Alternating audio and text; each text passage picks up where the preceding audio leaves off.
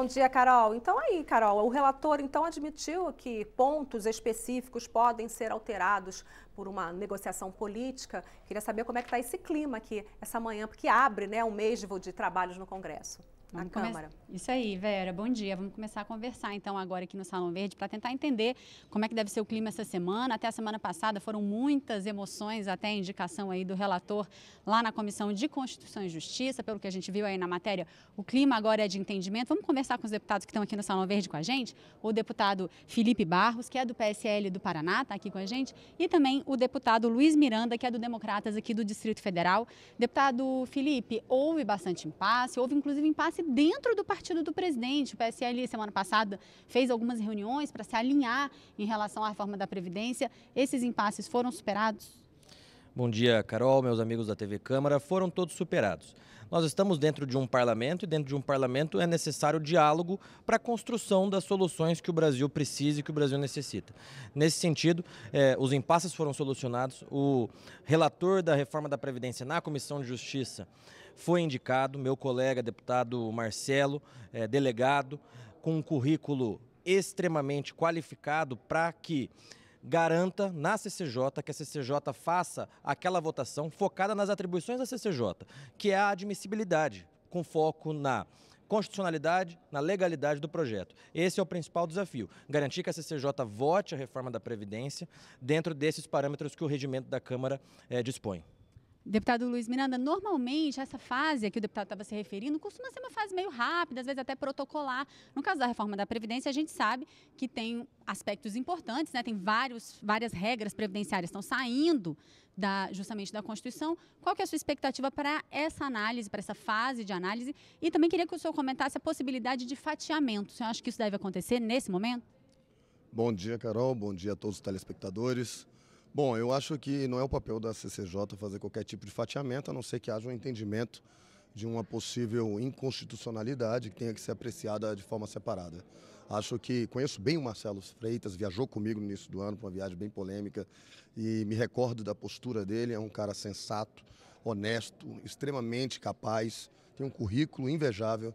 Eu não tenho dúvidas que não poderia ter pessoa melhor para fazer essa relatoria e eu tenho certeza absoluta que nesse momento a reforma da Previdência vai andar na velocidade que as pessoas nem imaginavam por conta da capacidade técnica dos escolhidos. Obviamente, não cabe à CCJ tomar a decisão do que remove ou não do texto e se analisar a legalidade do texto. Isso vai caber ao parlamento. Deputado Felipe, na semana passada a gente teve também alguns impasses sobre qual que seria o papel do governo na negociação dessa reforma. Isso está mais claro? Sim, está mais claro. Nosso presidente Jair Bolsonaro, que está em Israel, já sinalizou que ainda essa semana vai sentar com os líderes partidários para que se inicie um diálogo com os líderes partidários. Já tem, inclusive, reuniões marcadas com esses deputados, senadores, enfim, líderes partidários para quinta-feira. E o Brasil precisa de responsabilidade nesse momento. Responsabilidade tanto do parlamento quanto do poder executivo e da própria população para entender que as reformas que esse parlamento vai discutir são reformas importantes para o Brasil e que garantam essas reformas o futuro da nossa nação. Então, isso está sendo feito e continuará sendo feito através do diálogo. Deputado Luiz, o senhor acha que não é momento de falar em fatiamento, mas já na semana passada, do ponto de vista do mérito, muitos partidos se manifestaram contra essas partes que a gente viu na entrevista aí, falando principalmente do BPC, outros falando da questão rural. O senhor acha que já seria a hora, talvez para facilitar a análise de mérito mais para frente, de já, enfim, tentar dar alguma resposta sobre esses pontos mais polêmicos da reforma? Eu acho assim, o governo ele sabe muito bem o que os deputados não estão dispostos a votar. O BPC é um deles. Se não for removido do texto, vai empacar a reforma da Previdência. Então, é um momento, inclusive, para negociar na CCJ a emoção do texto, porque é unânime aqui, travaria totalmente o projeto, porque é uma desumanidade o modelo que foi proposto de alteração do BPC. Partindo disso, nós temos também um problema rural, onde não foi observado o que acontece realmente no nosso país. Hoje nós temos crianças com 8, 12, 13 anos de idade que começam a trabalhar no rural. Essa é uma realidade que todas as pessoas do interior conhecem, mas parece que o governo desconhece dessa realidade e mandou um texto um pouco pesado. E aí, mais uma vez, a bancada ruralista, que é muito forte dentro da Câmara, se posiciona contra. Então, são textos que, no final, vão atrapalhar com que a Previdência venha a ter uma possível aprovação. E o outro problema é, Os brasileiros desconhecem dos números, falta o governo se manifestar para a população, inclusive para os deputados. Muitas vezes eu sento com alguns deputados, eles não têm noção de que hoje a Previdência consumiu, por exemplo, no ano passado, 600 bilhões de 1.300 que a gente tinha disponível. Fora isso, nós temos com funcionários, os gastos com funcionários do Estado, da União, e questões previdenciárias e gastos com essas pessoas de 300 bilhões. Aí você pergunta para mim, Luiz, mas é tão importante a aprovação da Previdência? Por mim não aprovaria nunca. Mas quando você olha que sobrou 30 bilhões para investir em saúde, educação e todas as questões que são tão aclamadas pela população, inclusive segurança pública, como é que você não faz? Você tem um gasto de 20 vezes mais com a Previdência. É necessário fazer a reforma da Previdência, mesmo que nós nos posicionemos como algo muito danoso para a nossa sociedade. Deputado Felipe, antes da gente mudar de assunto, só especificamente sobre esse tema aí, desses pontinhos mais polêmicos da reforma, BPC, rural, você acha que pode ser destravado isso ainda na análise de constitucionalidade? Veja, pelo que tenho conversado com outros colegas deputados, existem 3 pontos que são pontos mais polêmicos. BPC, aposentadoria rural e a desconstitucionalização da Previdência. Mas eu creio que esses pontos são pontos de mérito e, portanto, devem ser discutidos na comissão especial após a votação da Comissão de Justiça. Na minha leitura, a Comissão de Justiça e os seus membros devem focar, nesse momento, na votação da admissibilidade. Ou seja, se o projeto ele é constitucional, se ele é legal e se cumpre os requisitos regimentais para poder tramitar na casa. Todas essas questões de mérito, BPC, aposentadoria rural, desconstitucionalização, devem ser discutidas no momento posterior, respeitadas as prerrogativas da Comissão Especial. O senhor concorda, deputado Luiz? Concordo. O que o deputado Felipe falou é a realidade hoje do regimento interno da Câmara. Respeitado isso, eu não tenho dúvidas que esses textos serão removidos pela pressão que já vem ocorrendo por parte dos deputados e senadores com o governo, né? Vamos falar um pouquinho então de pauta do plenário? A gente vai conferir na matéria da Dini Moraes um pouco dessa pauta extensa que nos espera essa semana. O plenário da Câmara começa a semana com o desafio de terminar de votar a proposta que muda vários pontos da lei dos partidos políticos. A ideia é deixar claro que são os partidos e não a Justiça Eleitoral que devem decidir sobre cronograma de campanha eleitoral e duração do mandato de quem comanda estruturas das siglas, como diretórios e comitês, por exemplo. Também permite que quem não movimentar dinheiro não precisa prestar contas ao Tribunal Superior Eleitoral. E isso, na prática, pode permitir a reabertura de cerca de 35 mil comitês partidários, segundo o relator da proposta. Dá uma olhada. O TSE decidiu que todos os partidos virariam diretórios a partir do mês de junho. Isso é uma interferência indevida do TSE nos partidos. A Constituição garante a autonomia dos partidos. E o TSE, então, portanto, de um dia para o outro, cismou de que todos os partidos virariam diretórios. Seria uma interferência e tiraria o poder das direções partidárias. Então nós estamos recolocando isso. O texto principal desse projeto já foi aprovado aqui semana passada, mas 8 pontos ficaram para ser decididos esta semana. Um deles trata do mínimo que os partidos devem gastar para incentivar a participação feminina na política. Atualmente, 5% do que recebem do fundo partidário. A proposta diz que as legendas que não cumpriram isso, mas que guardaram o dinheiro ou usaram para financiar campanhas femininas, ficam livres de punição. Mas o plenário ainda precisa decidir. O salário dos funcionários das ações de incentivo à participação feminina na política pode ser considerado na cota mínima que os partidos devem aplicar na área? Atualmente, o TSE proíbe. E o que não for usado deve ser devolvido aos cofres públicos? Bom, terminado esse assunto dos partidos políticos, outro projeto que pode ser votado é o que quer criar regras para o lobby no Brasil. Ou seja, para aquelas pessoas que atuam para influenciar a decisão de autoridades. O objetivo é dar transparência a uma relação que existe naturalmente na sociedade brasileira e no mundo inteiro, que é a relação entre os interesses privados e aqueles que representam o povo, que são os deputados, senadores e inclusive o Poder Executivo. Então, o nosso projeto, originalmente, ele previa uma transparência a essa relação, onde os lobistas, ou seja, os representantes dos interesses privados, deveriam se identificar perante os órgãos públicos para ter esse relacionamento com os parlamentares e com o Poder Executivo. Dar transparência ao que são interesses do setor privado na articulação e na ação parlamentar, governamental é uma coisa.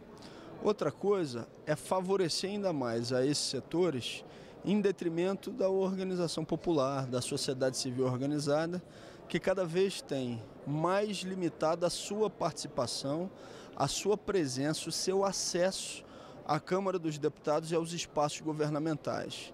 A nossa preocupação é que com a aprovação dessa matéria você tenha, mais uma vez, o setor privado ou o mercado tendo vantagens, entre aspas, competitivas em relação ao conjunto da sociedade brasileira. Ainda estão na pauta oficial de votações aqui do plenário propostas como a nova lei de licitações e a que obriga creches a notificarem o Conselho Tutelar se uma criança faltar mais que 3 dias seguidos sem justificativa ou tiver sinais de maus tratos. O que de fato será colocado em votação, você pode acompanhar ao longo da semana ao vivo aqui na TV Câmara. Até lá! Vamos conversar então com os deputados para ver o que de fato pode ser votado. Deputado Luiz Miranda, por que esse projeto da autonomia partidária é tão polêmico? Quais são esses pontos? O que isso interfere na vida de cada um dos eleitores, né? E especificamente também sobre a questão dos recursos para mulheres. Bom, nós vimos aí várias polêmicas, inclusive envolvendo partidos de grande porte por conta dessa questão de desvio de recursos femininos. E o TSE, por sua vez, tentou aí invadir algo que não existe mínima possibilidade, é uma invasão literalmente na lei partidária. Então, chega um momento em que a Câmara precisa legislar para proteger os direitos dos partidos, que é algo que sempre foi previsto por lei. E aí existe uma invasão, literalmente, por parte do TSE nesse setor, que nós entendemos que deve existir total isonomia por parte dos partidos tomarem suas decisões, inclusive na destinação dos recursos. A lei prevista exige que 5% seja destinado para as mulheres, e houve sim fraudes durante o período eleitoral, comprovadas aí que estão sendo investigadas. Isso não significa que foi a grande maioria, foi a minoria dos casos, e intervir nisso só traz mais insegurança jurídica para os partidos e para os candidatos no Brasil. Agora, deputado Felipe, nessa discussão, pode-se acabar mudando na prática a destinação desses recursos para incentivar as candidaturas femininas? Ou seja, existe a possibilidade de que esse recurso, obrigatoriamente colocado de lado, seja depois usado para outros fins, sob pretexto de incentivar, mas que não seja um investimento direto nessas campanhas? Veja, um dos pontos que estão dentro desse projeto é a possibilidade de utilizar o 5% obrigatório para salários para as mulheres que trabalharem dentro do partido, internamente no partido. A minha opinião particular é que essa regra não deveria nem existir. Nós temos na nossa Constituição Federal a garantia de que os partidos funcionarão de forma autônoma. Nós sabemos e nós estamos vivendo numa crise política, mas isso não autoriza o Tribunal Superior Eleitoral, nem o STF, a interferir no funcionamento interno de cada partido político. Esse parlamento não interfere dentro dos gabinetes dos ministros. Esse parlamento não diz que cada ministro tem que ter 30% de mulheres trabalhando dentro dos seus gabinetes. Então, nós temos que respeitar o princípio constitucional da separação de poderes e da autonomia partidária. Deixar que cada partido funcione da maneira que ele achar mais adequado de funcionar. Mas, deputado, essa foi uma lei aprovada aqui mesmo, né, no próprio parlamento.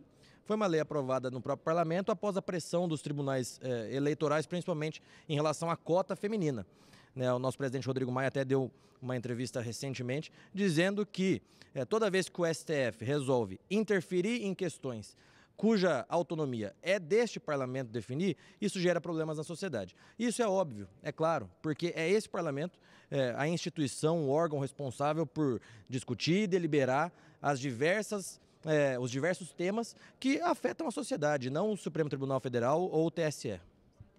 Deputado Luiz, sobre o resto da pauta, vamos falar um pouquinho desse projeto do lobby, que a gente viu alguma repercussão aí na matéria. O senhor acha que existe clima para votação desse projeto no atual momento? Eu acho que não só existe clima, como existe a necessidade, né? O grande índice de corrupção no nosso país, quando você analisa quais foram os crimes ali citados pelo Ministério Público, pela própria polícia, você observa que muitos casos poderiam ter sido evitados se a lei do lobby já tivesse sido aprovada no Brasil.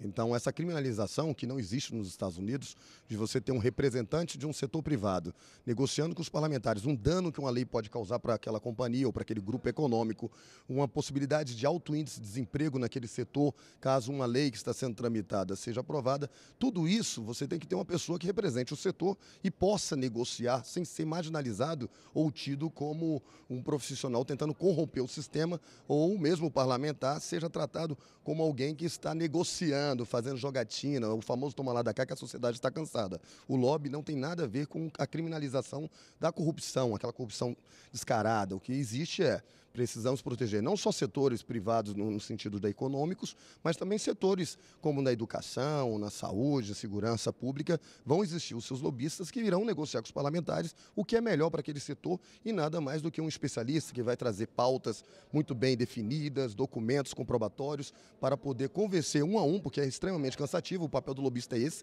É isso que ocorre nos Estados Unidos, ele vai gabinete por gabinete negociar. Hoje já praticamente existe esse papel aqui na Câmara, só que não formal. São pessoas que são representantes legislativos, inclusive de todos os ministérios possuem seus representantes legislativos que vão bater em porta, a Polícia Federal possui o seu representante legislativo, a Polícia Civil, eles vão bater em porta, mostrando pautas, PECs, MPs que eles precisam que sejam votados, o que eles discordam, emendas que eles precisam. Então esse papel meio que ele já existe, falta legalizar esse papel e eu acho que a lei do lobby ela tem que ser aprovada no Brasil. O senhor concorda, deputado Felipe? E o que o senhor acha dessa análise que a oposição fez na matéria, de que isso de alguma maneira enfraquece movimentos sociais? Veja, em primeiro lugar, eu acho importante nós explicarmos para a sociedade o que significa de fato lobby. O termo lobby é um termo que hoje se encontra e está pejorativo, né? Na verdade, lobby é a tentativa legítima de influenciar os parlamentares a tomarem decisões. Influenciar de maneira democrática, não de maneira nada republicana. Esse é o lobby, que como funciona nos Estados Unidos, como o deputado Luiz Miranda bem disse. Agora, eu sempre tenho uma preocupação com regulamentações. Eu sempre parto do princípio que qualquer regulamentação que esse plenário faz, que esta Câmara faz, essa deliberação acarreta menos liberdade, mais burocracia, mais regras. Então, discordo nesse ponto específico do meu colega deputado Luiz Miranda, que acredito que a regulamentação do lobby, ela, pelo contrário, o contrário do que a justificativa do autor traz, ela vai gerar mais empecilhos, mais burocracia, vai diminuir a liberdade, sendo que qualquer cidadão, qualquer indivíduo pode vir aqui influenciar o seu deputado através das redes sociais ou presencialmente aqui na Câmara. Então, por esse motivo, sou contra a regulamentação do lobby.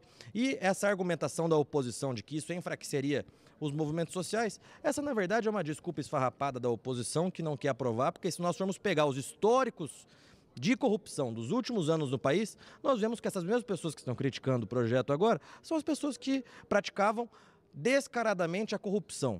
Então é mais uma justificativa da oposição para travar a pauta e não deixar essa Câmara votar. Deputado Felipe Barros, deputado Luiz Miranda, obrigada pela participação de vocês aqui com a gente. A gente volta então ao estúdio com a Vera.